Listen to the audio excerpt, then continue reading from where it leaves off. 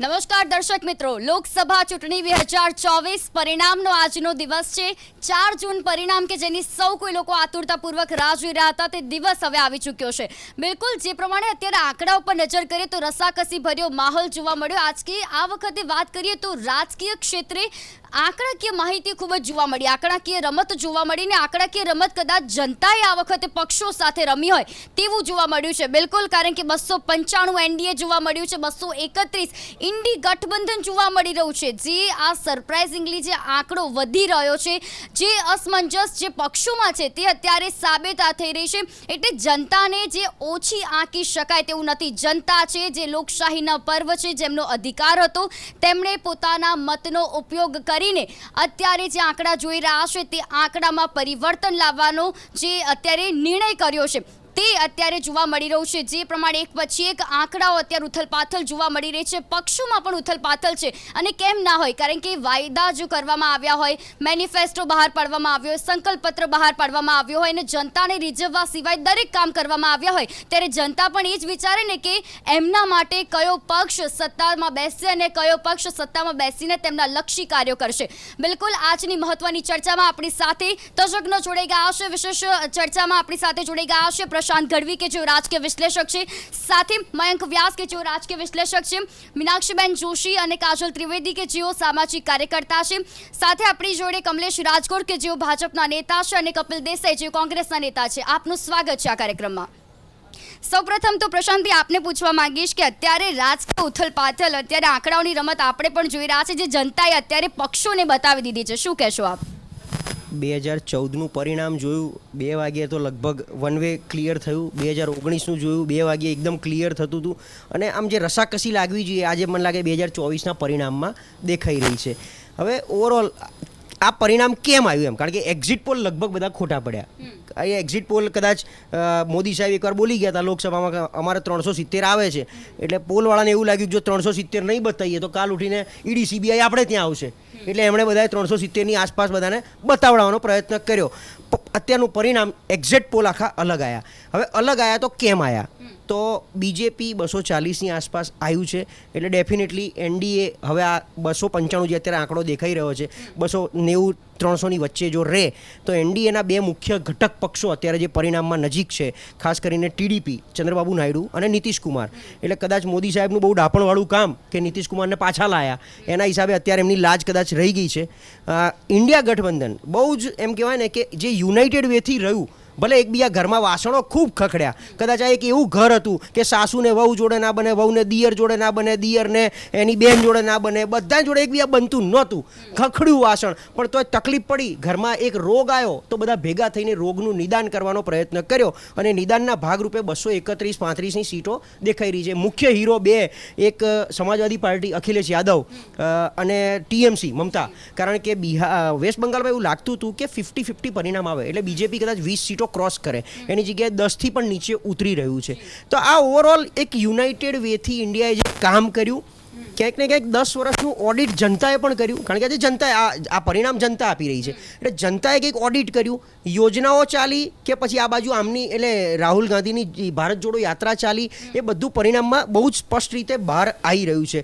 હજી પણ પરિણામ એવું સ્પષ્ટ નથી કે આપણે કહી શકીએ કે ચોખ્ખે ચોખ્ખું કે આ સરકાર, હા એનડીએની સરકાર અત્યારે બનતી દેખાઈ રહી છે, એ એનડીએની સરકાર એનડીએ બનવા દેશે, ભાજપ બનવા દેશે, કારણ કે 240થી નીચે આવે જે મોદી સાહેબના એકલા હાથે લડીને 240 આવતી હોય અને 273નો મેજિક ફિગર મોદી સાહેબ ક્રોસ ના કરી શકતા હોય તો શું આ ભાજપ મોદી સાહેબને હજી ફાવવા દેશે? સંઘ આખી ચૂંટણીમાં દૂર રહ્યું છે, શું આ સંઘ મોદી સાહેબને આગળ બેસવા દે? હા, આમ જોવા જાવ તો ભાજપે પહેલીવાર મોદી સાહેબના આયા પછી જ 282 જોઈ, 303 જોઈ અને આજની 240 જોઈ છે, ક્યારે 200 ક્રોસ કરી નથી।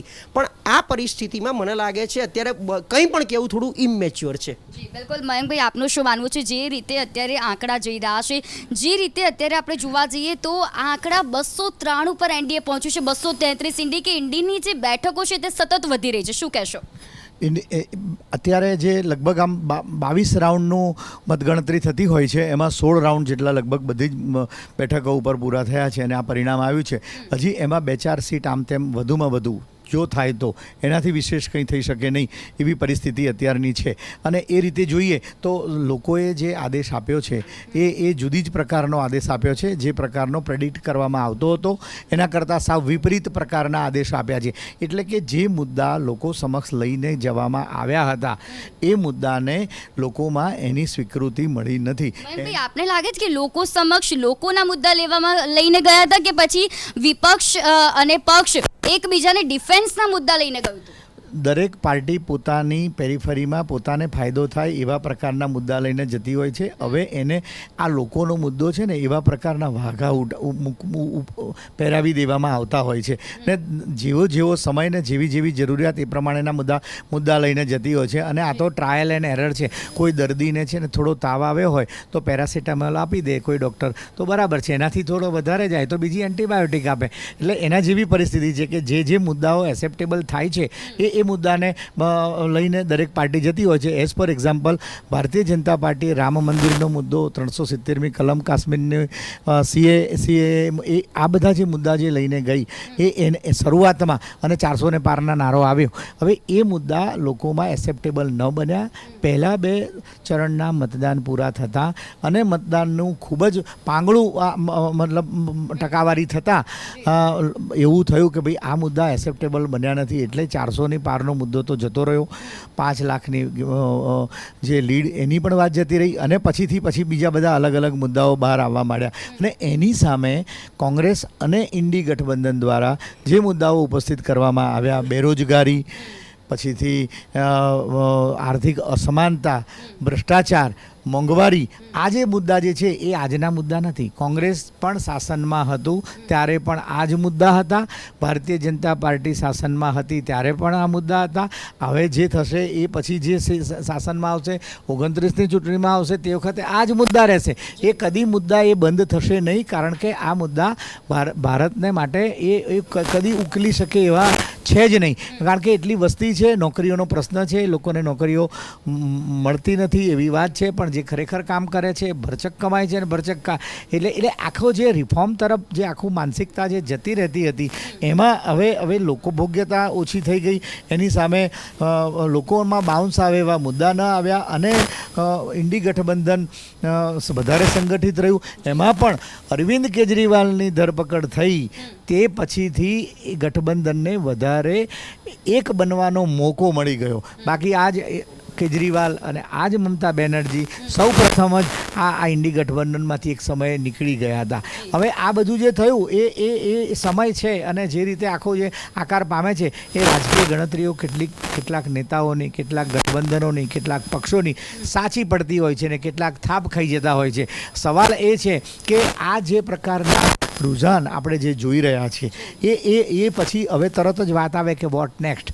હવે આ હોર્સ ટ્રેડિંગ એ બધું થવાનું અને એમાં કોણ માહેર છે, કોણ જીસકે હાથ મેં હોગી લાઠી, ભેંસ લઈ જાય. પણ લાકડી બોદી થઈ ગઈ છે. હવે લાકડીને કેટલી દોરીઓ બાંધીને કડક કરવામાં આવે છે એ રીતે જોવામાં રહેશે. એની સામે નીતિશ કુમાર છે અને ચંદ્રબાબુ નાયડુ છે.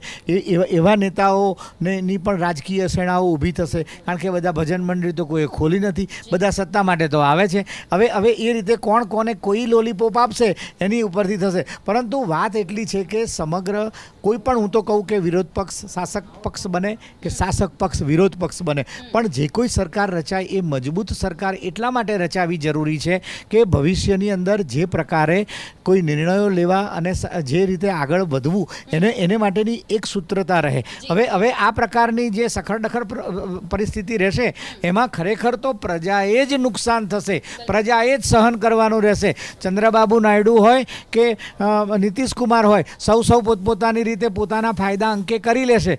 કોઈને પ્રજાની એવી નથી પડી. અને ખરેખર આ ચિંતાજનક બાબત. હું તો એમ કહું છું કે ભાજપ કે કોંગ્રેસ કોઈએ ખુશ થવા જેવી આ પરિસ્થિતિ નથી. ખરેખર તો ભારતની લોકશાહીના સંદર્ભે સામાન્ય માણસની જે જરૂરિયાત જે છે અને દેશને આગળ લઈ જવાની વાત છે. અત્યારે આટલે સુધી પહોંચ્યું, જે કંઈ આંકડાઓ આવ્યા હમણાં યુકેથી આટલું બધું ટનબંધ સોનું આવ્યું, 8.2% GDP આવ્યો, આ બધું બરાબર છે.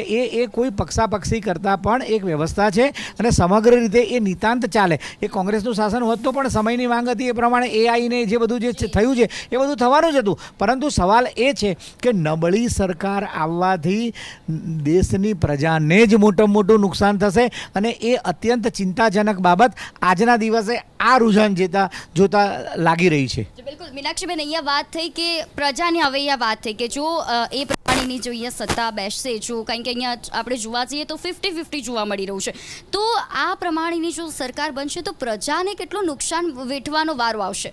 ના, પ્રજાને નુકસાન થશે હું નથી માનતી. સૌથી અગત્યની બાબત એ છે આ પરિણામોમાં કે લોકોનો જે અસંતોષ હતો, નારાજગી હતી, લોકોને જે જરૂરત હતી એની વાત નહોતા કરી રહ્યા પક્ષો, એનો એક આ વોર્નિંગ બેલ છે લોકો તરફથી. એટલે આ પરિણામોથી લોકોને નુકસાન થશે એવું નથી. લોકોના મુદ્દાઓ જો તમે ઉપાડો નહીં અને ચૂંટણીને તમે બેરોમીટર તરીકે ગણો તમારી લોકપ્રિયતાનું ને લોકોના ચુકાદાનું, તો પછી આ પરિણામોમાં લોકોની નારાજગી, લોકોની જે શાસક પક્ષ સામેની પોતે ઘણા બધા મુદ્દાઓ, ઘણી ગેરંટીઓ લોકો માન્યા નહીં. ગેરંટી આપી મોદી સાહેબે પણ લોકો નહીં માન્યા, કારણ કે 10 વર્ષમાં નથી અમલ થયો, એ બધા જાણે છે. એટલે સાધારણ લોકો કેટલા સમજદાર છે અને શક્તિશાળી છે એનો આ પ્રતિબિંબ છે. જી બિલકુલ. કાજલબેન, અહીંયા વાત કરીએ તો મહિલા મતદારો આ વખતે વધારે હતા અને જે રીતે મહિલા મતદારો દ્વારા વધારે વોટ આપવામાં આવ્યા છે, ત્યારે શું એની અસર અહીંયા આગળ વર્તાઈ રહી છે કે મહિલા હવે જાગૃત થઈ છે અને મહિલાએ પોતાનો શેમાં લાભ છે, કઈ યોજનાઓ કઈ સરકાર લાવશે? કારણ કે મેનિફેસ્ટો, સંકલ્પપત્ર આપણે બધાએ જોયા છે કે જે રીતે વાયદા કરવામાં આવ્યા છે, એટલે મહિલાઓએ એવો વિશ્વાસ વ્યક્ત કર્યો છે કે હવે જે સત્તા ઉપર આવશે તેમણે હવે મહિલાઓ માટે વિચારવું પડશે અને એને લઈને મહિલાએ વોટ આપ્યો છે. 100% વાત સાચી છે. મહિલાઓ ખાલી વોટ નથી આપતી, મહિલાઓને ઘર અને બહાર બંને જોવાનું હોય છે. ત્યારે એ જોશે કે એની સેફટી ક્યાં છે, એની સમૃદ્ધિ ક્યાં છે, એ ક્યાં બચત કરી શકે છે, ક્યાં એનો વ્યય થાય છે પૈસાનો. કારણ કે અત્યારે જોયું કે ભાઈ ભાવ વધારા ખૂબ જ થઈ રહ્યા છે, તો એ ભાવ વધારાની અસર જે છે એ 12 મહિના નથી બોલી શકતા, 5 વર્ષ નથી બોલતા, પણ અત્યારે જ્યારે સમય આવ્યો છે બોલવાનો ત્યારે એમને રેસ કર્યો છે એનો વોઇસ. તો હું એવું માનું છું કે આ જે જગ્યા છે એ બરાબર છે અને હું માનું છું કે અત્યારે કામ કરવાની જરૂર છે. જે પણ સરકાર આવે એણે કામ કરવાની જરૂર છે અને જેટલા પણ અત્યાર સુધીમાં મેનિફેસ્ટો, પ્લાન, સ્કીમ્સ, સરકારી સ્કીમો મહિલાઓ માટે જેટલી પણ કરી છે એના ઉપર કેટલું કામ થયું છે એ પર્સન્ટેજ ઉપર કામ કરવાની જરૂર છે. ખાલી એડવર્ટાઇઝમેન્ટ કરી દેવાથી કામ નથી થઈ જતા, ખાલી પેપર પર દેખાડવાથી કે ન્યૂઝમાં કે રેડિયો નથી. એના પણ એન્ડ કસ્ટમરને, મતલબ એન્ડ યુઝર્સને શું મળી રહ્યું છે, એ મહિલાને શું ફાયદો થઈ રહ્યો છે, એના ઘરમાં કેટલી ઇન્કમ થઈ રહી છે, એ કેટલી બચત કરી રહી છે, એ બચતનો સદુપયોગ ક્યાં થઈ રહ્યો છે, આ બધી જ વસ્તુ જોવામાં આવે. અત્યારે ખાલી ચૂંટણી છે, ઘણી બધી મહિલાઓને ચૂંટણીના રૂઝાન પર ધ્યાન પણ નહીં હોય અને કોણ આવશે કોણ જશે ખાલી વોટ આપવા માટે આપ્યો છે. પણ હું એવું માનું છું કે આની ઉપર સતત આપણી ચાપતી નજર હોવી જોઈએ અને આના ઉપર કામ કરવાની જરૂર છે. અને આ અંદેશો છે અને જે પણ આવે સરકાર એને મહિલાઓ માટે, બાળકો માટે અને એની બચત પર એને જોર મૂકીને નવી સ્કીમો લાવવી પડશે અને એના ઉપર કામ કરવું પડશે. ત્યારે કદાચ આવતા 5 વર્ષ પછી જે પણ હશે એની અંદર એમને ફાયદો દેખાશે. કમલેશભાઈ, આ શું થઈ રહ્યું છે? 370+ ભાજપનો વડાપ્રધાન નરેન્દ્ર મોદી દ્વારા આટલો સ્ટાન્ડર્ડ સ્ટેજ કરવામાં આવ્યો કે 370 ભાજપ આવશે જ, 400+ એનડીએ આવશે જ, અને અહીંયા આંકડા આપણે જોઈ રહ્યા છે કે હજુ ભાજપ 300ની આસપાસ પણ નથી પહોંચ્યું. એનડીએની તો વાત છોડો, ભાજપ હજી 300ની આસપાસ નહીં પહોંચ્યું. નહીં, ચોક્કસ આપની વાત એકદમ સાચી છે અને પ્રજાએ જે સમર્થન આપ્યું છે, જેટલું પણ અમને અત્યારે આશીર્વાદ આપ્યા છે એ અમે સ્વીકારીએ છીએ. આવનારા દિવસોની અંદર આનું ચિંતન પણ કરીશું. પરંતુ અત્યારે સૌથી પહેલાં તો જે કોંગ્રેસના મિત્ર અત્યારે કદાચ પહેલાં અમે કહેતા હતા કે ભાઈ 47 કે 48 હતા, એમાંથી 97ને સબર વિરોધ પક્ષ તરીકે આવ્યા છે, તો એમને પણ હું અભિનંદન આપું છું, ખરા દિલથી અભિનંદન આપું છું કે સક્ષમ વિરોધ પક્ષ પણ હવે તમે આવી શકશો. પરંતુ આ બધું થવાનું કારણ તમે જોઈ શકો છો કે જે પણ લોકો એકબીજાનું મોઢું જોવા તૈયાર નહોતા, એ બધા જ લોકો એક થઈને એકમાત્ર એજન્ડા કે મોદી સાહેબને તમે ઘર ભેગા લાવો. જોકે એમના એ એજન્ડામાં એ સફળ નથી થયા, ઘર ભેગા લાવી શક્યા નથી, પરંતુ અત્યારે એ લોકો સંતોષ થતા હશે કે ભાઈ હા અમે આમ કર્યું. પરંતુ જે પણ લોકો તમે જોઈ શકો છો કે અત્યારે ગઈ ઇલેક્શનની અંદર આ લોકો અમને એવું કહેતા હતા કે આમ આદમી પાર્ટી તમારી બી ટીમ છે, ઓવેસી આવ્યા તો કે તમારી બી ટીમ છે, અને કોંગ્રેસવાળા એવું કહે કે આ લોકો તમારી બી ટીમ છે. હવે આવા જ કહેતા લોકો અત્યારે એક થઈ ગયા, મોદી સાહેબને પાડી દેવા માટે એક થયા. એક જે રાષ્ટ્રનીતિ ચાલતી હતી, જે અમારી સનાતન ધર્મની નીતિ ચાલતી હતી, એને તોડી દેવા માટે એક થયા, પરંતુ એ લોકો સંપૂર્ણ સફળ થયા નથી. એમાંના જ એકાદ તમારામાં આવ્યા ને, કોંગ્રેસના ત્યાં વખતે પક્ષ પલટો પણ વધારે જોવા મળ્યો. સફળ થયા નથી. અરે ભાઈ તમે જુઓ ને, અત્યારે અમને વારંવાર ટોક્યા કરતા હતા કે આ લોકો આમ કરે છે ને અમિતભાઈ આમ કરે છે ને અમિત શાહ છે એટલે તોડજોડની રાત નથી. જો શરદ પવારે તરત ફોન કર્યો સાહેબ. કોને ફોન કર્યો? નીતિશ કુમારને ફોન કર્યો. કેમ ભાઈ? એ લોકોએ પણ ચાલુ કરી દીધું. એટલે એ દૂધે ધોયેલા નથી. એટલે આ ઇન્ડી ગઠબંધન તમે જોઈ શકો છો, જે પણ અટગંડા કરશે અને જે પણ લોગવામણી. એમ તો નીતિશ કુમાર પણ એનડીએમાં પછી જ જોડાયા ને. નીતિશ કુમાર પણ પહેલા એનડીએ વિશે બોલતા, ભાજપ વિશે બોલતા હતા, વડાપ્રધાન વિશે તો એમણે એવા શબ્દોનો ઉપયોગ કર્યો હતો, તેમ છતાં પણ ભાજપે તેમનું ફૂલ હારથી સ્વાગત કર્યું. આજે જે ઇન્ડી ગઠબંધન છે એની હું વાત કરું છું, એના શરદ પવારની હું વાત. એનડીએ ગઠબંધન પર શું? એનડીએ ગઠબંધનમાં તો અત્યારે નીતિશ કુમાર અમારી જોડે છે ને, એ તો અમારા સમર્થનમાં છે ને. એટલે આજની પરિસ્થિતિની અંદર મને એવું લાગી રહ્યું છે કે ભલે જે બી અટકંડા કરે કે પણ કરે, એ લોકોએ એક વસ્તુ તો મેં જોયું હતું કે ચૂંટણીની અંદર જે ગપગોરા ચાલુ કર્યા હતા કે ભાઈ ટકાટક તમારા મહિલાઓના ખાતામાં 1-1 લાખ રૂપિયા આવી જશે, આમ થશે તેમ થશે. અને આ બધા જ ગપગોરા કારણે અમે તો બહુમતીમાં હતા, છતાં પણ એવા ગપગોરા ચાલુ કરે કે અમે બંધારણ બદલીશું. અરે ભાઈ અમારે બદલવું જ હોય બંધારણ તો એ તો અમે બહુમતીમાં હતા, અમે શું કરવા બદલીએ? એ વખત જ ના બદલી દે. અત્યારે કમલેશભાઈ અત્યારે તો જોવા જઈએ તો ભાજપ પોતે પણ અત્યારે બહુમતીમાં નથી, એટલે ભાજપે એના અન્ય પક્ષો સાથે ભેગા થઈને એનડીએની સરકાર રચવી પડશે. એટલે ભાજપ દ્વારા જે કહેવામાં આવ્યું કે ભાજપ એકલા હાથે પણ સરકાર રચી શકે છે, સરકાર બનાવી શકે છે, સત્તા ઉપર બિરાજમાન થઈ શકે છે, એ વાત અહીંયા ખોટી પુરવાર થઈ. ચોક્કસ ખોટી પુરવાર થઈ છે. એટલે અમે એનું ચિંતન કરીશું ચોક્કસ. પણ આ ચિંતન નહોતું લાગતું કે ઇલેક્શન પહેલા કરવા જેવું હતું કે જેનું પરિણામ અત્યારે જે જોવા મળી રહ્યું છે? ઇલેક્શન પહેલા જે પણ ગપગોરા ચલાયા હતા ગઠબંધને કે ઠગબંધને, એ લોકોએ ક્યાંક સાંભળ્યા અને ક્યાંક એની વાતોમાં આવી ગઈ પબ્લિક. પરંતુ અમને 2-3 વસ્તુનું અત્યારે સંતોષ છે કે હવે 5 વાગ્યા પછી જે ઈવીએમ થવાનું છે એ નહીં થાય, એ રોલદાર રોવાના બંધ થઈ જશે. અમારું ઉપર એક મહેણું હતું કે તમે સાઉથમાં ઝીરો છો, અમે અત્યારે સાઉથમાં હીરો થઈને બહાર આવ્યા છીએ. અને યુપીમાં એ પણ અરે જો યુપીએની અંદર બી અમે કહીએ છીએ ને કે અત્યારે તો કંઈ અમે ઝીરો તો નથી થઈ ગયા ને. અમે ત્યાં પણ અમે અમારું જે ચિંતન કરવાનું હશે કરીશું, પાછું એ પરિણામ મેળવીશું. તો વાત એ જ રહીને કમલેશભાઈ કે હવે જે મળી, કમલેશભાઈ અહીંયા વાત એ જ થઈ કે જે મળ્યું એ સંતોષકારક સ્વીકારી લીધું. કપિલભાઈ આપ શું કહેશો? ઠગબંધનની વાત કરવામાં આવી, એવી વાત કરવામાં આવી કે તમે જે લોકોને તમારી સાથે ગઠબંધનમાં લીધા છે એ બધા તમારી તરફેણમાં પહેલા બોલતા હતા, પછી તમારી વિરુદ્ધ બોલ્યા, પછી પાછું હવે તરફેણમાં બોલી રહ્યા છે. એટલે કે આ ઠગ ગઠબંધન અત્યારે સરકાર જો અત્યારે તેટલે જ બેઠકો વધી રહી છે, શું કહેશો? હવે ઠગબંધનની વાત કરે કે જે પણ વાત કરે, ચૂંટણી તો પતી ગઈ છે, રિઝલ્ટ આવી રહ્યા છે અને રિઝલ્ટ સામે છે. જે પ્રમાણે ભારતીય જનતા પાર્ટી એની અહંકારની સીમાએ પહોંચી ગઈ, જે પ્રમાણે દેશની અંદર 400 સીટોની વાતો કરી કે 400 પાર 400 પાર 400 પાર, આજે લોકો બહુમતીનો આંકડો પાર કરી શકે તેમ નથી. આજે એમને નીતિશ કુમાર અને ચંદ્રબાબુ નાયડુ અને બધાના ટેકાણ સહારેથી લોકોને કદાચ સરકાર બનાવવી પડશે એવું અત્યારના રિઝલ્ટથી લાગે છે. પરંતુ હું આશ્વસ્ત છું, આશાવાદી છું કે આ પરિણામો જો 1-2 કલાકમાં ચેન્જ થશે. કારણ કે તમે બનાસકાંઠા જુઓ, પાટણ જુઓ, આવી દેશની અંદર ઘણી સીટો છે કે જે 500, 1000, 2000 માર્જિનથી આમથી આમ થઈ રહી છે. અને હું આશ્વસ્ત છું કે ઇન્ડિયા ગઠબંધન મેજોરિટી સાથે સરકાર બનાવવા જઈ રહ્યું છે. 295ની મલ્લિકાર્જુન ખડગે વાત કરી હતી. આ ચૂંટણીની અંદર ભારતીય જનતા પાર્ટી જે સ્તરે આ દેશની ચૂંટણીને લઈ ગઈ, તમે જુઓ આ દેશના વડાપ્રધાન પદની ગરિમાની શું હાલત કરી.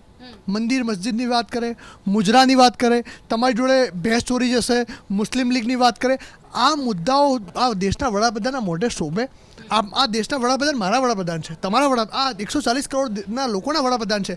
અને આપણા દેશનો વડાપ્રધાન આ કક્ષાએ આ નિમ્ન કક્ષાની ભાષાનો ઉપયોગ કરે એ ક્યારેય આપણને ન શોભે. આ દેશનો વડાપ્રધાનનો અવાજ આખી દુનિયા સાંભળતી હોય, આખી દુનિયામાં અવાજની નોંધ લેવાતી હોય, ત્યારે આ દેશની જનતા જાગી. આ દેશની જનતાએ કીધું કે અમે મંદિર મસ્જિદ મોંઘવારી ઉપર તમે વાત કરો, તો મંદિર મસ્જિદ તમે મંગળસૂત્રની વાત કરો, ભેંસ ચોરી કરવાની વાત કરો, આ મુદ્દાઓ પર અમે ભટકાવવા નથી. અમારા મુદ્દા છે રોજગારના, અમારા મુદ્દા છે હા, એટલે જનતા એ જ કહે છે કે જે મુદ્દો વિપક્ષે ના ઉઠાવ્યો એટલે જનતાએ હવે પોતે હાથમાં હથિયાર લીધું. આ મુદ્દો વિપક્ષે લોકસભા ચૂંટણી આવી ત્યારે જ ઉઠાવવામાં આવ્યો. કપિલભાઈ આપણે પણ ચર્ચા કરતા હતા ત્યારે જ વિપક્ષ દ્વારા, બાકી વિપક્ષ દ્વારા કોઈ એવા મુદ્દા ઉઠાવવામાં ના આવ્યા. હાલ અત્યારે જે રીતે આંકડા આપણે જોઈ રહ્યા છે કે 200, જી બિલકુલ આપણે ચર્ચા તો કરીશું જ આ વિષયો પર આગળ, ચોક્કસપૂર્વક આપણે ચર્ચા કરીશું. પરંતુ જે રીતે કપિલભાઈ અત્યારે જોવા મળ્યું કે સરકાર જે રીતે રચાવા જઈ રહી છે, જે રીતે જનતાએ હવે પોતાના હાથમાં હથિયાર લીધા, કારણ કે અત્યાર સુધી વિપક્ષ પણ નહોતું જોવા મળ્યું. બિલકુલ આપણે આગળ ચર્ચા ચાલુ રાખીશું. અત્યારે જે પ્રમાણે આંકડો જોઈ રહ્યા છે કે 294 પર એનડીએ જોવા મળી રહ્યું છે, અત્યારે 232 પર ઇન્ડિયા ગઠબંધન જોવા મળી રહ્યું છે. જે વાતો વાયદા જે જોવા મળ્યા એ વાતો વાયદા જે કાગળ પર પુરવાર થતા હોય તે સાબિત થયું ને એટલા જ માટે અત્યારના આંકડા આપણે જોઈ રહ્યા છે. તો હાલ સમય થયો છે વિરામનો, ફરી મળીશું એક વિરામ બાદ.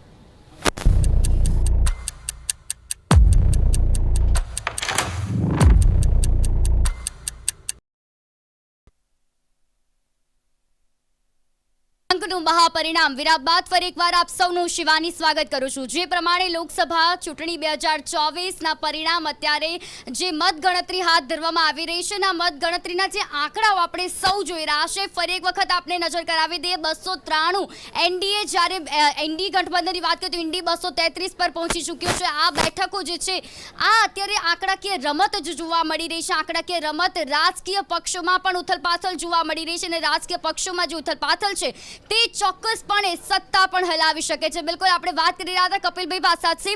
જી કપિલભાઈ, હવે આપણે સમય મળે છે આપની એક લાઈન પ્રસ્તુત કરવાનો, કરી શકો છો. તમે મને એમ કહ્યું કે તમે લોકસભાની ચૂંટણી વખતે જ મુદ્દા મોંઘવારી બેરોજગારીને લઈને હવે વિપક્ષ તરીકે તમે ક્યાં હતા? તો 2022ની અંદર લોકસભાની ચૂંટણી ચાલી રહી હતી, 2 વર્ષ પહેલાં લોકસભા. 2022ની અંદર આ દેશનો એક નેતા, આ દેશનો એકમાત્ર નેતા કે જે ભારતના કન્યાકુમારીથી કાશ્મીર સુધી ચાલતો નીકળ્યો હોય એ રાહુલ ગાંધી હતા. અને ત્યારે મુદ્દા શું લઈને નીકળ્યા હતા? રાહુલ ગાંધી ભેંસ ચોરી કરવાની વાત કરતા હતા, રાહુલ ગાંધી મંગળસૂત્ર ચોરી કરવાની વાત કરતા હતા, રાહુલ ગાંધી મંદિર મસ્જિદની વાત કરતા હતા. રાહુલ ગાંધી આજથી 2 વર્ષ પહેલાં ભારત જોડો યાત્રામાં પણ એક જ મુદ્દો હતો મારો, મોંઘવારી, બેરોજગારી, ભ્રષ્ટાચાર. આ મુદ્દા ઉપર જ અમારી લડત ચાલી છે અને આ મુદ્દા ઉપર લડે છે અને આ જનતાના મુદ્દા છે. આ લોકો માત્ર ધ્યાન ભટકાવવાનું. આજે મને ખૂબ ખુશી આનંદની વાત છે કે આ ચૂંટણીનો નેરેટિવ અમે સેટ કર્યો છે. આ ચૂંટણીનો નેરેટિવ આ લોકો ઘણીવાર સેટ કરવાનો ટ્રાય કર્યો, મંગલસૂત્ર, ભેંસ, મંદિર, મસ્જિદ બધા નામે, પરંતુ એનું એક્ઝામ્પલ, બેસ્ટ એક્ઝામ્પલ એ છે કે ફૈઝાબાદ, અયોધ્યામાં પણ આ લોકો હારી રહ્યા છે.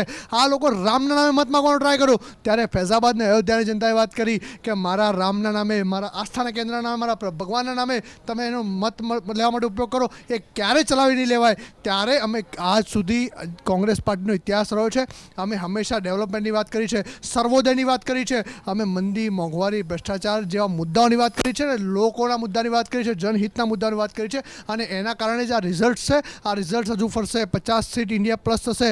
આજ સાંજ સુધી 7 વાગ્યા સુધીમાં ઇન્ડિયા ગઠબંધનની સરકાર બનવા જઈ રહી છે અને રાહુલ ગાંધી વડાપ્રધાન બનશે. લખીને રાખો. ચલો, એક વાત તો સ્પષ્ટ થઈ કે રાહુલ ગાંધી વડાપ્રધાન બનશે, કારણ કે અત્યાર સુધી જો કોંગ્રેસના કોઈ પણ કાર્યકર્તા કે ઉમેદવારને પૂછતા હતા ને કે વડાપ્રધાન તરીકે કોનો ચહેરો આવશે તો એ પણ સ્પષ્ટ નહોતું. ચલો, તમારા કહેવાથી એક વાત તો પ્રશાંતભાઈ અહીંયા સ્પષ્ટ થઈ ગઈ કે જો રાહુલ ગાંધી વડાપ્રધાન બનવા જઈ રહ્યા છે, જો ઇન્ડી ગઠબંધન સરકાર સત્તામાં આવશે. જી કમલેશભાઈ, આપની પાસે પણ આવીશું. પ્રશાંતભાઈ, અત્યારે મહત્વના સમાચાર આવી રહ્યા છે કે રાજકીય ક્ષેત્રે અત્યારે સત્તા માટે ખેંચતાણ જોવા મળી રહી છે. નીતિશ કુમાર અને ચંદ્રબાબુ નાયડુને ફોન કરવામાં આવી રહ્યા છે, એટલે આ અત્યારે કહી શકાય કે અંડર પ્રેશર આ વસ્તુ થઈ રહી છે. પેલું કહે છે મુજ વીતી તુજ વીતશે ધીરી બાપુડિયા, એમ અત્યાર સુધી બીજેપીએ ખૂબ તડજોડ કર્યા અને ક્યાંક ને ક્યાંક તડજોડનું પણ પરિણામ આજનું આ પરિણામ છે. આજે મહારાષ્ટ્ર તમે જુઓ તો આ બધા એના પરિણામ છે, બિહાર તમે જુઓ તો. હવે ઓવરઓલ કોંગ્રેસનો ઉત્સાહ હોઈ શકે કે રાહુલ ગાંધી પ્રાઇમ મિનિસ્ટર બને. હજી એ લોકો ઘણા દૂર છે નંબર્સથી, મેજિક ફિગર્સથી. અને મને દેશની જનતા ઉપર જેમાં આ પરિણામ આપ્યું એટલો ભરોસો છે, એટલો જ ભરોસો મને ઇલેક્શન કમિશન ઉપર પણ છે જ કે એ લોકો સાંજ પડતા પરિણામ શું આપશે. હવે ઓવરઓલ આજનું પરિણામ આવું કેમ આવ્યું તો એના 2-3 ઘણા તારણ. મેં કીધું આજનું આ રિઝલ્ટ જુઓ તમે તો બીજેપી 240 હજી ક્રોસ નથી કરી શકતું, એનડીએ 300 ક્રોસ નથી કરી શકતું. એટલે કદાચ આજે 80% કરતાં વધારે ભાજપીઓ ખુશ છે, કારણ કે છેલ્લા 10 વર્ષથી આજે મોદી સાહેબની જ નેતૃત્વ, મોદી સાહેબનું જ બધી જગ્યાએ નામ લેવાનું, એટલે જે એક હતું વ્યક્તિ વિશેષ રાજકારણ જે દેશમાં પ્રવેશી ચૂક્યું હતું એ ક્યાંક ને ક્યાંક ભારતીય જનતા પાર્ટીને અંદર ખાને બહુ નડતું બી હતું અને એ માઠી અસર પણ આપતું હતું. એ પણ આજે આપણે પરિણામમાં જોઈ શકીએ છીએ. આજે યુપીમાં યોગીને ખૂબ દૂર રાખ્યા, યુપીની બહાર ના આવવા દીધા. ક્યાંક ને ક્યાંક ઘણા એવા ભાજપના નેતા પોતાનું આજે મોદી અને અમિત શાહ જ બધું નક્કી કરે, કોર્પોરેટરની ટિકિટથી માંડી અને સંસદ સભ્યો સુધીની ટિકિટ એ નક્કી કરે. એટલે અંદર ખાને પણ ભાજપના ખુદના નેતાઓ પણ આ બધી મને લાગે ચૂંટણીમાં ઘણા નિષ્ક્રિય રહ્યા. સંઘ બહુ દૂર રહ્યું, RSS, કારણ કે જ્યાં ભાજપ નબળું પડે છે ત્યાં સંઘ એનો રોલ નિભાવે છે અને પરિણામ અલગ આપતું હોય છે. એ રાજ્યોના વિધાનસભામાં પણ આપણે જોયું. હવે આ કેમ આવું થયું? તો 240 મોદી સાહેબ જેવું વ્યક્તિત્વ, વૈશ્વિક વ્યક્તિત્વ, કયું ત્રીજા નંબરની ઇકોનોમી, આ બધું જો આપતો હોય તો દેશમાં 273 એમના માટે બહુ રમત વાત કહેવાય. તેમ છતાંય નથી પહોંચી શકતા. આની પાછળના કારણો મને લાગે છે ઇન્ડિયા ગઠબંધનની મહેનતની સાથે સાથે ભાજપની પણ મહેનત જોવી જોઈએ કે ભાજપે એવી કેવી મહેનત કરી કે મોદી સાહેબને 273 ના એટલે પહોંચાડી તો કમલેશભાઈએ એ જ કીધું કે હવે અમે લોકો ચિંતા કરીશું અને એના ઉપર અમે વિમર્શ કરીશું, હજી ચર્ચા કરીશું. એટલે નથી લાગતું કે આ ચર્ચા પહેલા થવી જોઈતી હતી? અત્યારથી ચર્ચા કરવાની હિંમત નહોતી ભાજપીઓ જોડે, કારણ કે ભાજપના કાર્યકરો કશું બોલી નથી શકતા. સાચા ભાજપી બહારથી આવેલો બોલી શકે. આજે નીતિશ કુમાર ગમે ત્યારે આમ પલટું મારી શકશે, કારણ કે પેલું આણે કીધું હતું તેજસ્વીએ, હમાર ચાચા કી કોઈ ગેરંટી લેગા કા, એ ગેરંટી કદાચ આજે હાંજ પડે ખબર નહીં શું થાય છે. એટલે નો ડાઉટ આ જે રીતે મેં કીધું હજી આંકડા મને એવા દેખાઈ રહ્યા છે કે કદાચ NDA સરકાર બનાવી શકે છે. એ રીતે છે નહીં, કારણ કે 240નો આંકડો બી બીજેપી માટે તો સારો જ છે અને ઘટક પક્ષો એમની જોડે છે, નેતૃત્વ છે, એટલે અને ફિક્સ છે ચહેરો.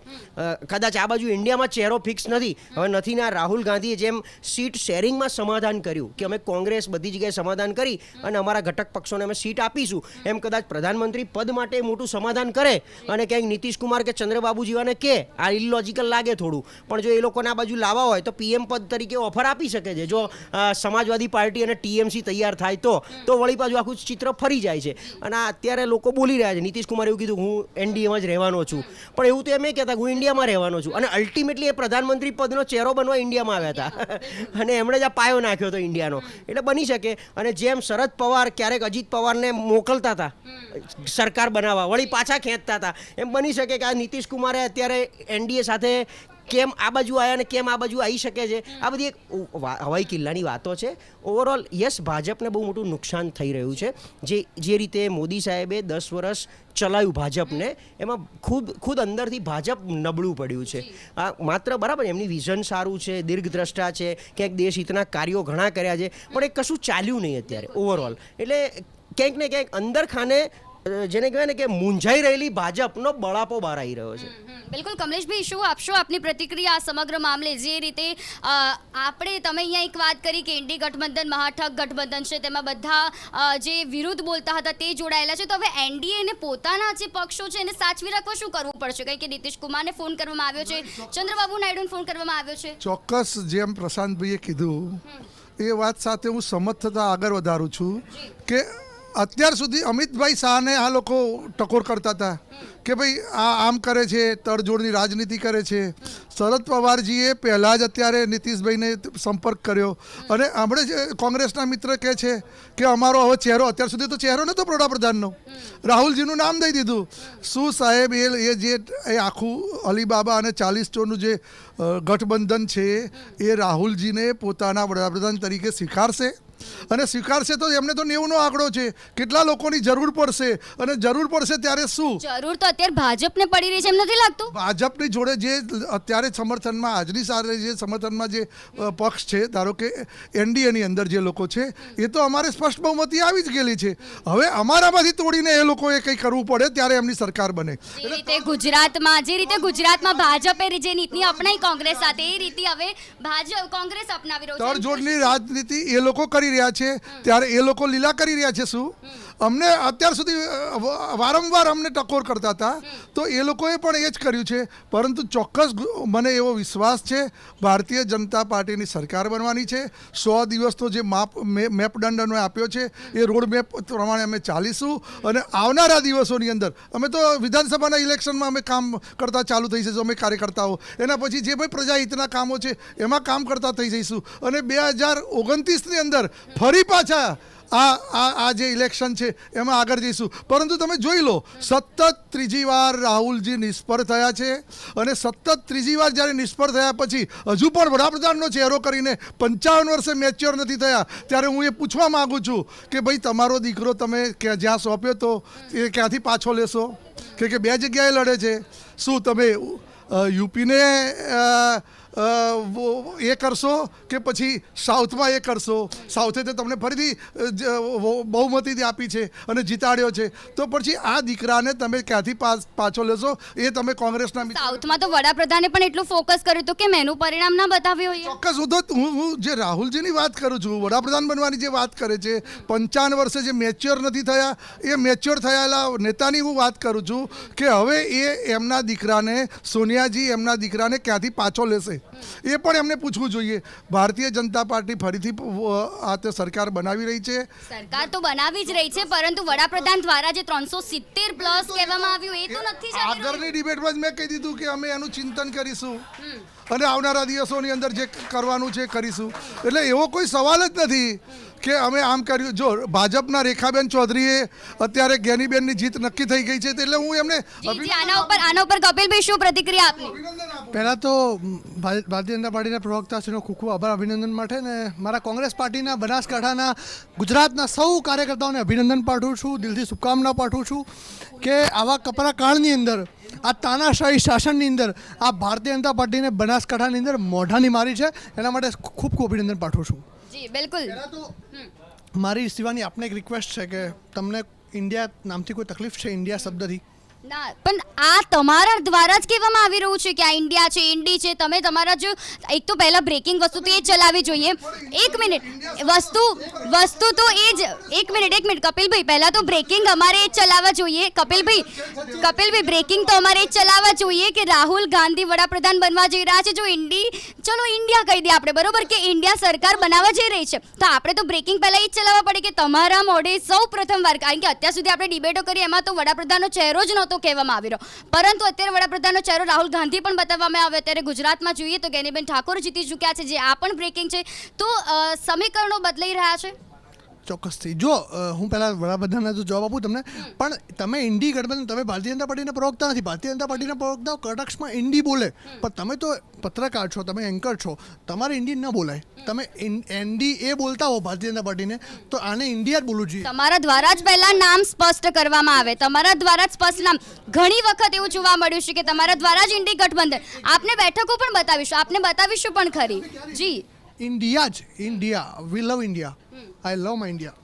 હવે સાંભળી લો, વડાપ્રધાન પદના ઉમેદવારની વાત છે તો હું ગુજરાત કોંગ્રેસના કાર્યકર્તા તરીકે, ભારતીય રાષ્ટ્રીય કોંગ્રેસના કાર્યકર્તા તરીકે, યુવાન તરીકે મારી દિલથી ઈચ્છા છે, મારી આ દેશના કરોડો યુવાનોની ઈચ્છા છે કે રાહુલ ગાંધી જેવો નેતા આ દેશની ગાદી ઉપર બેસવો જોઈએ. આ એવો નેતા છે કે જે ક્યારે આ ભારતીય જનતા પાર્ટીના વડાપ્રધાનની જેમ 2 કરોડ રોજગાર આપીશું, પછી ભાઈ પકોડા તલો, તમે ભ્રષ્ટાચારીઓને જેલમાં નાખીશું, પછી ભ્રષ્ટાચારીઓને ખોળામાં બેસાડવાના, આ નીતિ ક્યારેય રાહુલ ગાંધી ન અપનાવી શકે.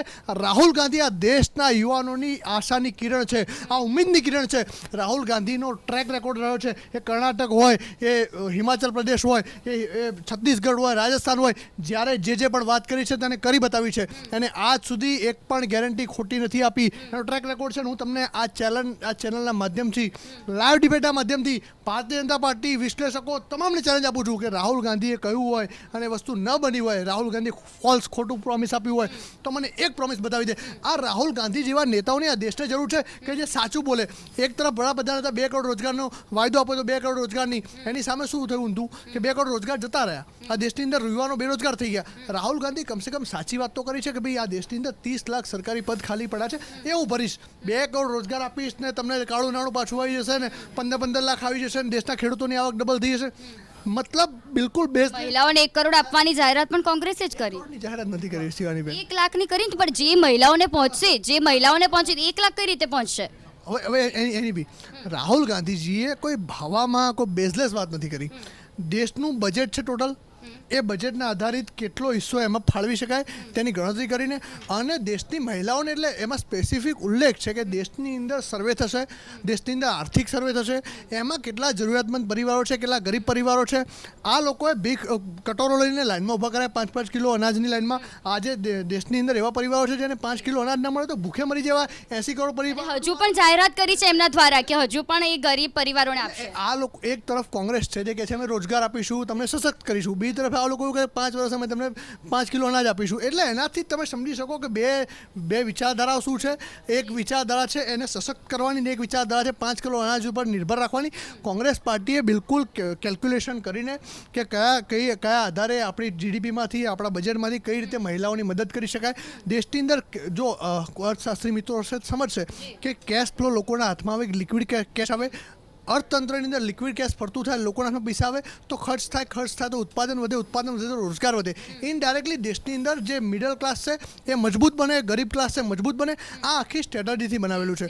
આ કોઈ રેવડી નથી. આ ભારતીય જનતા પાર્ટીની જે 5 કિલો અનાજની વાત કરે, જેમ આ લોકો પેલા ખેડૂતોને ફોલાવાની વાત કરે કે 2,000 રૂપિયા દર મહિને નાખવાના ખાતાની અંદર વર્ષે 6,000 રૂપિયા નાખવાની વાતો કરે, એ વાત નથી. કોંગ્રેસ પાર્ટી સશક્ત કરવાની વાત છે. કોંગ્રેસ પાર્ટી વાત કરે. મહિલાઓની વાત થઈ રહી છે. મીનાક્ષીબેન, આપનો અભિપ્રાય લેવાનો પ્રયત્ન કરીશ કે જે મહિલાઓની વાત કરવામાં આવી કે જે બંને પક્ષો દ્વારા એ પ્રયત્નો કરવામાં આવ્યા છે. શું કહેશો કે એક તરફ કહેવામાં આવી રહ્યું છે કે મહિલાઓને આટલો અમે લાભ આપીશું, આટલી અમે યોજનાઓ મહિલાઓ માટે લાવીશું, ત્યારે શું કહેશો આપ? મહિલાઓને રોજગારીની વાત કોઈ કરી નથી રહ્યું. એ તો બહુ મોટી કરુણતા છે આપણા દેશની. સાધારણ રીતે પણ રોજગારીને લઈને કોઈ નીતિ જ નથી.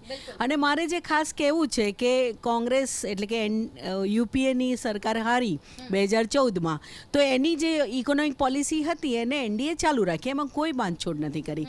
એ મનરેગા હોય કે બીજા કોઈ પણ પ્રકારની યોજના હોય, ન્યૂ ઇકોનોમિક પોલિસી જે કોંગ્રેસ જ લાવ્યું હતું, કોંગ્રેસના નેતૃત્વવાળી સરકાર, અને પછી યુપીએ હાર્યા પછી એનડીએ પણ એ જ પોલિસી ચાલુ રાખી. ડિસઇન્વેસ્ટમેન્ટ, બધા જ શિક્ષણ અને આરોગ્યમાં પણ પ્રાઇવેટાઇઝેશન. આ પોલિસી કોઈ બદલાઈ નથી. હકીકત એ છે કે બધા લોકો એવું સમજે છે કે આ બે મહાન પક્ષો છે અને એમના મહાન કોઈ વિઝન છે. સોરી, સાધારણ વ્યક્તિ તરીકે, એક મહિલા તરીકે મને ક્યારેય એવું નથી લાગ્યું કે આ બંને નેતાઓ અથવા બંને ગઠબંધનો પાસે આ દેશની જે મૂળ પ્રશ્નો છે, મયંકભાઈ તો એવું કહે છે કે આ દેશના પ્રશ્નો ઉકેલાય જ નહીં. હું અસંમત છું. એવું નથી. અનેક દેશોએ ઉકેલાય જ નહીં એવું આપે કહ્યું. આઝાદીના વખતની ગરીબી હટાવો કે છે, કઈ હટી? રોજગારી, બેરોજગારીનો પ્રશ્ન ક્યાં? કારણ કે પોલિસી થઈ શકે એમ નથી. આ નિતાંત પ્રક્રિયા છે. જે રીતે અમદાવાદ શહેરનો ટ્રાફિકનો સમસ્યા હલ થઈ શકે એમ નથી ને, એવી નથી થઈ શકતી. તમે જુઓ ને કેટલા નવા રસ્તા બનાવ્યા, બધે રસ્તે લોચા હોય ને. દરેક પ્રશ્નનો તો ઉકેલ હોય નથી કે જેથી આપણે આશા રાખી શકીએ. અને મહિલાઓ માટે બધા જ વાત કરે છે, પણ હું તો કહું છું રોજગારીની વાત જવા દો, પણ બળાત્કાર જેવી ઘટનાઓને પણ જો રોકી ના શકો, કાયદો અને વ્યવસ્થાને પણ પાલન ના કરી શકતા હો, તો આ બંને ગઠબંધનો જે વાત કરી રહ્યા છે એમને વાત કરવાનો શું નૈતિક અધિકાર છે? પ્રજ્વલના રેવન્ના હાર્યા એ સારી વાત છે આપણે બધા માટે, પણ એમની સામે કર્ણાટકમાં જે સરકાર છે એ ખરેખર પગલાં લેશે, દાખલારૂપ સજા કરશે? મહિલાઓ માટે આજે અનેક સવાલો છે. અને મહિલાઓ માટે સૌથી મોટો સવાલ છે એક સુરક્ષાનો અને ડિગ્નિફાઈડ લાઈફનો. નથી સુરક્ષાની કોઈ ગેરંટી કોઈ પાસે, નથી ડિગ્નિફાઈડ લાઈફની ગેરંટી. એટલે આ બંને ગઠબંધનો પાસે હું તો એવું કહું છું કે કોઈ એવું વિઝન છે જ નહીં. અને સાધારણ લોકો એક આશામાં રહે છે. એ કોઈ રેવડી વેચે છે, કોઈ આની વાત કરે છે 1 લાખ રૂપિયા તમારા ખાતામાં જમા કરીશું, પણ હકીકતમાં જેમ કે ખેડૂતોને 6,000 રૂપિયા આપીશું. 6,000 રૂપિયા કઈ મોટી રકમ છે કે જેથી ખેડૂતોનું જીવન સ્વર્ગમય બની જાય? એવા પ્રકારની જે યોજનાઓ છે, જાહેરાતો મોટી છે, એટલે ખાલી ચણો વાગે ગણો એવા પ્રકારની આ જાહેરાતો હોય છે. અને મહિલાઓ માટે જે કરવાનું છે, માનસિકતા બદલવા માટે કોઈએ ન જુઓ ને. પ્રચારમાં જ કેવું ચાલ્યું, કેટલું નીચું સ્તર થયું. એ પહેલાં પણ વડાપ્રધાનશ્રીએ પ્રચારમાં કેટલી નીચલા સ્તરની વાત કરી હતી મહિલાઓ માટે પણ, અને મહિલા નેતાઓ માટે પણ. વિપક્ષના નેતા જે પણ હોય, પણ તમે એક લોકશાહી ઢબે એક સ્વસ્થ વ્યક્તિ તરીકે, તંદુરસ્ત સમાજના પ્રતિનિધિ તરીકે તમે શું આટલું નીચલા સ્તરે જઈ શકો? એટલે મારે તો કહેવું છે કે ટ્રમ્પ સામે કેસ ચાલ્યો અને ટ્રમ્પને સજા થઈ. શું આપણે ત્યાં એવો કાયદાનું શાસન આવશે? શું એની ગેરંટી આ બંને ગઠબંધનો આપી રહ્યા છે? સરકાર જે બને, સરકાર બની જાય પછી બધા પોતે લોકોને ભૂલી જાય તો આપણે જાણીએ છીએ. બધા જ એક્ઝિટ પોલે કેવા મેન્યુફેક્ચર્ડ એક્ઝિટ પોલ હતા એ પણ આપણે જોયું. પણ સૌથી સારી વાત છે કે કાર્ટુનિસ્ટ મિત્રોએ આપણા બધા સાધારણ લોકોની દિલની વેદના હંમેશા આલેખતા રહ્યા, જે આપણે માટે આશાનો વિષય છે. પણ મહિલાઓ માટેની જે વાત છે, મને નથી લાગતું કે કોઈ પક્ષનું શાસન. નિર્ભયા ઘટના બની ત્યારે તો દિલ્હીમાં કોણ હતું? મહિલા મુખ્યમંત્રી મુખ્યમંત્રી હતા અને મહિલા મુખ્યમંત્રી શું બોલ્યા હતા હું યાદ નથી કરાવવા માંગતી, કારણ કે એ યાદ કરાવવા જેવું નથી. એ યાદ કરવું પણ ગમે નહીં કે કોઈ મહિલા મુખ્યમંત્રી આવી વાત જાહેરમાં કરે. તો આપણે ત્યાં પણ જે ઘટના બની, આપણે ત્યાં પણ આ રેવણના જેવું નલિયા સેક્સ કાંડ બન્યો અને આપણે ત્યાં શું થયું? આ શાસક પક્ષે એ વડાપ્રધાને એ લોકોને કાઢી આપણા રાજ્યમાં પણ ના, કોઈને કાઢી નથી મૂકતા. કાઢી નથી મૂકતા એનો અર્થ કે એમને કંઈ વાંધો નથી. એટલે બહેનોનું ખાલી નામ દેવાનું, પણ બહેનોના જીવનમાં સંપૂર્ણ ફેરફાર આવે એવી કોઈ નીતિઓ કે કોઈ વિઝન મને નથી દેખાઈ રહ્યું.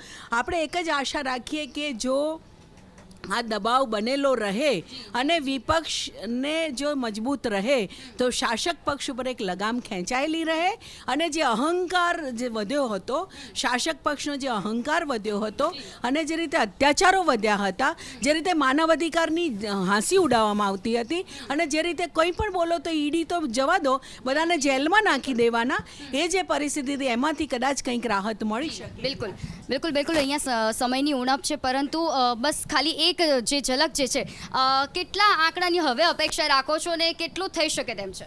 નહીં, ચોક્કસ 293 બતાવે છે અને સૌથી વધારે મહિલા કરી છે. તો એક મહિલાનું તો પરિણામ આપણે ગુજરાતમાં આવી ગયું. લડાયક મહિલા, જે અમારી હેટ્રિક, ખરેખર હેટ્રિક અમારી જે આવવાની હતી એને બ્રેક મારી દીધી અને મહિલાએ મારી દીધી. એટલે મહિલા એ લડાયક છે, અભિનંદનને પાત્ર છે. રાહુલજી ના કરો. આ ગુજરાતની મહિલાને ક્યાંક તમે જો જાહેરાત કરો તો એવું કહેજો કે ભાઈ હવે વડાપ્રધાન બનશે તો ગુજરાતની મહિલા બનશે. આવું કોંગ્રેસવાળાએ કહેવું જોઈએ. તો એ તો નહીં કરે, પણ મહિલા વાતો કરશે. ચોક્કસ આવનારા દિવસોની અંદર જો પણ આ ગુજરાતમાં એક સીટ આવી છે એને સાથી રાખીને ગુજરાતનો વિકાસ કરવાનો અને આ દેશનો વિકાસ કરવા માટે ભારતીય જનતા પાર્ટી અને આદરણીય નરેન્દ્રભાઈ અને આદરણીય અમિતભાઈની જોડી આ આગળ વધારવાનું કામ કરશે. અને 2029ની ચૂંટણી કંઈ 5 જ વર્ષ પછી આવવાની છે ને, એટલે એ બી આપણે. કપિલભાઈ શું કહેશો? જી કપિલભાઈ. મહિલાની વાત કરતા હતા તમે. સરકાર બને તો કંગના રાણાવતને વડાપ્રધાન નથી બનાવવાના ને? અમારે તો ચહેરો પહેલેથી નક્કી હતો ભાઈ, તમારો ચહેરો નક્કી નહોતો અને હજુ બી તમે એ તો અમને જવાબ આપ્યો જ નહીં કે તમારા બેટાને સોનિયાજી એમના બેટાને ક્યાંથી પાછો લેવાના છે, જ્યાં સોંપ્યો તો ત્યાંથી કઈ જગ્યાએથી પાછા લેવાના છે? જો એને જવાબ દીકરાને તમારા શહેજાદાને સોંપ્યો તો ક્યાંથી પાછા લેવાના છો? જી જવાબ બોલી લો. જી, જો કોંગ્રેસ પાર્ટીના નેતાની અંદર રાહુલ ગાંધીની અંદર તાકાત છે કે ઉત્તરમાંથી જીતે ને દક્ષિણમાંથી જીતે? વડાપ્રધાનની અંદર તાકાત છે દક્ષિણમાંથી ચૂંટણી લડી કે? યાર હું વાત કરું, તમે લોકો સાઉથમાં જઈને કેરળમાં લો, મોદી સાહેબ જીતીને બતાવો. જો કર્ણાટકમાં જીતીને બતાવો, તમિલનાડુમાં જીતીને બતાવો. કોંગ્રેસ પાર્ટી છે જે પેન ઇન્ડિયા પાર્ટી છે. સૌથી વધારે અત્યારે હીરો બની છે અમારી પાર્ટી ભાઈ. સાઉથમાં અમે લોકોએ જે પણ બહેણું હતું એ ભાગ્યું છે અને સાઉથમાં અત્યારે સૌથી વધારે સફળ થયા છીએ. પરંતુ તમિલનાડુ 39-0, કેરળ 0. કયા રાજ્ય? સાઉથમાં જે પણ સાઉથની અંદર, અરે તમે જુઓ ને વોટ અમારા જે સાઉથમાં કયા રાજ્ય આવે? તમિલનાડુ 0, કેરળ 0. કયા રાજ્યની વાત કરો છો? સાઉથના કયા લોસ ગયો છે એ સાઉથમાંથી અમે સરપંચ. જી, એટલે બિલકુલ આપણે સમાધાન અહીંયા એક વસ્તુનું લાવી શકીએ કે ચોક્કસપણે અહીંયા આગળ હવે જનતા જાગી ગઈ છે અને જનતાએ જે જાગીને પોતાના મતનો ઉપયોગ કરીને આ રિઝલ્ટ આપણે સૌ જોઈ રહ્યા છે કે 292 પર એનડીએ જોવા મળી રહી છે, ઇન્ડિયા ગઠબંધન જે છે તે 234 પર જોવા મળી રહ્યું છે. એટલે અહીંયા જે સત્તા ઉપર બિરાજમાન જે સરકાર જે છે તેણે હવે વિચાર કરવો પડશે કે જો તે આગામી સમયમાં આજે જે પરિણામ જાહેર થશે ને જે કોઈ પણ પક્ષ સત્તા ઉપર આવશે તેણે પ્રજાનો વિચાર કરવો પડશે, કારણ કે હવે આ પ્રજા જાગી ગઈ છે અને પ્રજાએ હવે પોતાના હાથમાં હથિયાર લઈ દીધા છે. તો આ મહાજંગના મહાપરિણામના કાર્યક્રમમાં હાલ બસ આટલું જ. આપ અમારી સાથે જોડાયા આપ સૌ એ બદલ આપનો આભાર. આ હેડલાઇન્સના પ્રાયોજક છે છાશવાલાની પ્રોબાયોટિક